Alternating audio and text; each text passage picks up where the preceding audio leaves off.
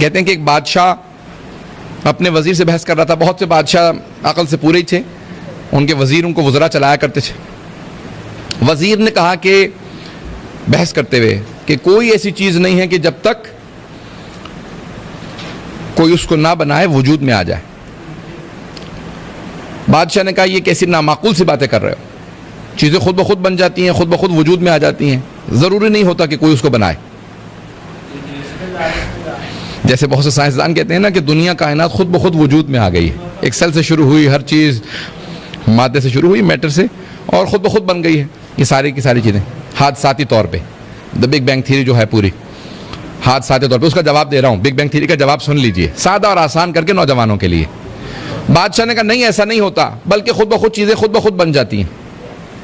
کوئی نہ جائے بیج گرتا ہے, درخت بن جاتا ہے, باغ خوبصورت خود بخود بن جاتے ہیں. وزیر نے کہا نہیں حضور ایسا نہیں ہوتا, یہ جو باغ وغیرہ ہیں اس کے پیچھے بھی قدرت پروردگار ہے, انسان نہ بھی کوشش کرے قدرت پروردگار کی وجہ سے ایسا ہوتا ہے. اس نے کہا نہیں کوئی خدا نہیں ہے, کچھ نہیں ہے. اس نے کہا ٹھیک ہے.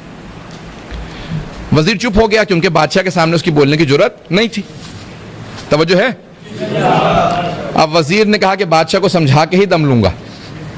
اس نے کیا کیا, بادشاہ کی پوری جو سلطنت تھی اس پوری مملکت کے اندر دورہ کرنا شروع کیا, دیکھنا شروع کیا. اس نے کہا کہ جو سب سے خوبصورت مقام ہوگا اس کو حاصل کروں. دیکھا کہ ایک دریا بہ رہا ہے پہاڑ کے کنارے, بہت خوبصورت مقام ہے. اس نے کہا کہ اس جگہ پہ ایک محل تعمیر کروا دو. بہترین جو معمار تھے, مزدور تھے, جو آرکیٹیکٹ تھے, سب کو جمع کیا کہ یہاں مجھے ایک محل چاہیے, بہت خوبصورت, بہت حسین و جمیل ایک محل تعمیر کر دو. محل تعمیر کروایا, جب بن گیا 1.5-2 سال لگے, تعمیر ہو گیا. بادشاہ سے کہا بادشاہ سلامت اپنی سلطنت کی کبھی سیر کیجئے, آئیے ذرا دورہ کرواتے ہیں آپ کو. بادشاہ نے کہا کیا ہو. سیر کرتے کرتے اچانک بادشاہ نے کہا یہ محل میری سلطنت میں اور مجھے معلوم ہی نہیں. کہا بادشاہ سلامت یہ خود بخود بن گیا. پتہ نہیں توجہ ہے.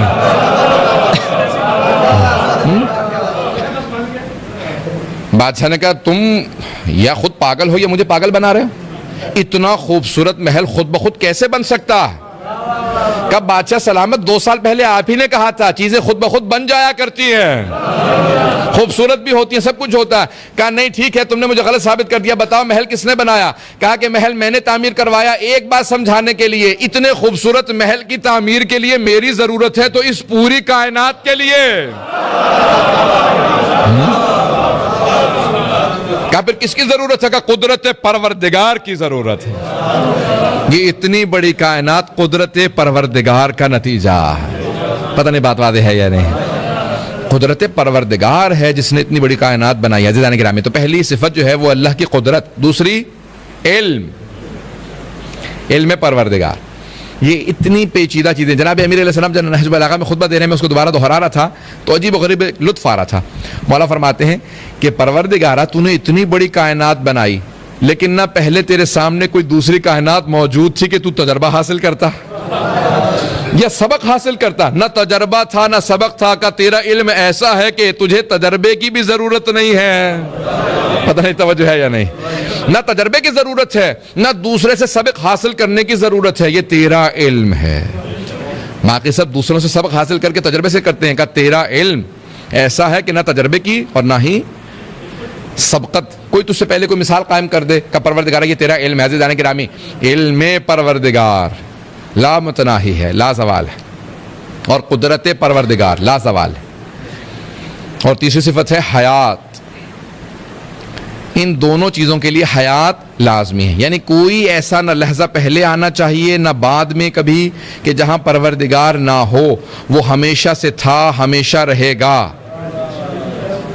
ہمیشہ سے تھا, ہمیشہ رہے گا. اسے کہتے ہیں حیات پروردگار. حیات کبھی بھی خدا سے دور نہیں ہو سکتی. وہی حیات دے سکتا ہے جو ہمیشہ سے حی و قیوم ہو.